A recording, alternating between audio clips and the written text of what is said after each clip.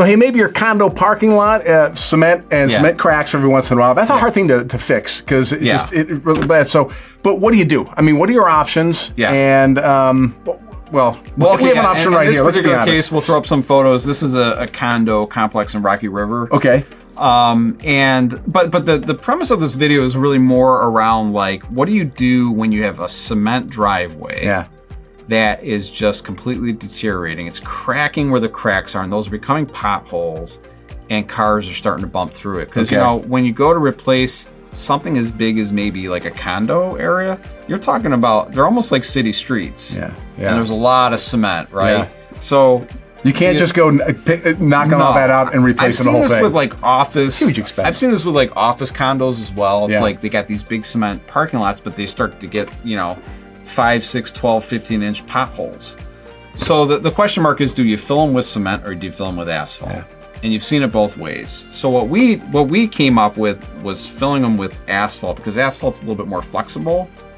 And we believe if you fill it with cement, it's going to just pop out. Sure, it's not going to handle the seasons, the swelling. A cement contractor could come in and do a saw cut and do it, but that might cost you a little bit more. So if you're kind of looking for something, in this particular case with this client, they just wanted to extend the life for, you know, another 3 to 5 years before they replaced the. So what'd you do? What was your approach to that? So our approach was we fill them with asphalt, and then we actually use a special rubber tape just for this purpose, and we flame through it. Now the rubber tape actually makes a nice straight line. That's really nice. Right, on cement. We don't want to be blobbing, you know, rubber. Like, you can kind of get away with dripping rubber on asphalt. Yeah, you drip a couple extra you don't really notice it. You don't notice it, right. But if you're using, you know, walking around with hot rubber, and you're dripping it all over the asphalt, I'm sorry, over the cement, it's going to look like a Jackson Pollock painting at that point. Exactly. So our solution is that we'll come in, we'll first clean out the cement, the broken cement. Yeah. We'll fill it with asphalt, and then we'll actually do a rubber seal around it and flame throw it and melt it in place.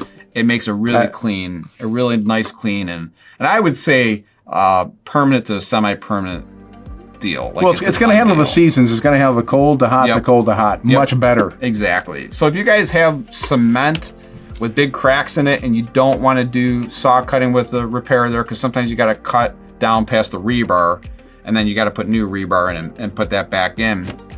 If you're looking for something that's in the middle, this is a good solution for that. Pothole Nerds. Yeah. Glad to help you guys out.